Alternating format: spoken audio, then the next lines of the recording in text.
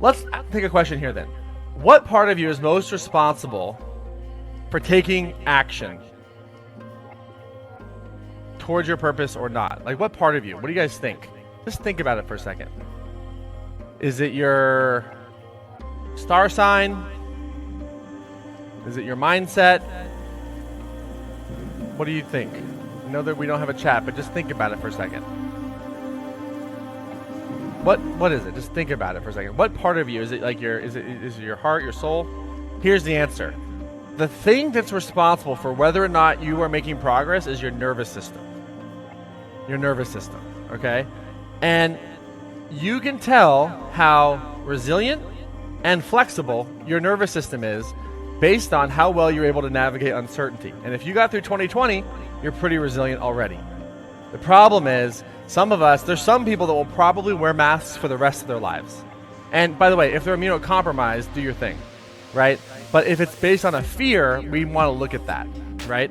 And so the goal here is to realize is that your levels of success, your levels of purpose, your levels of love are all based on more or less the quality of your nervous system. And if you look at something like the DSM-5, what's that? The DSM-5? The DSM-5 is the book that mental health professionals use where different terms come from, like PTSD, post-traumatic stress disorder, OCD, dissociative identity disorder. All the different disorders are in that book, and they're classified by symptom clusters, okay? When I look at the DSM as a non-mental health professional who teaches trauma-informed coaching and has 15,000 hours of clinical work under my belly, I see lots of different ways in which the human nervous system can become what's called dysregulated, outside of an optimal range, right? And I perceive, this is my perception, you can take it on if you want, I see more or less everything in the DSM minus a couple medical diagnoses that are not disorders at all, but responses. Responses to trauma. Responses to events that happen to us. And what happens when certain events happen to us, it impacts your brain, it impacts your nervous system. It impacts so many different things. People think that trauma is the event.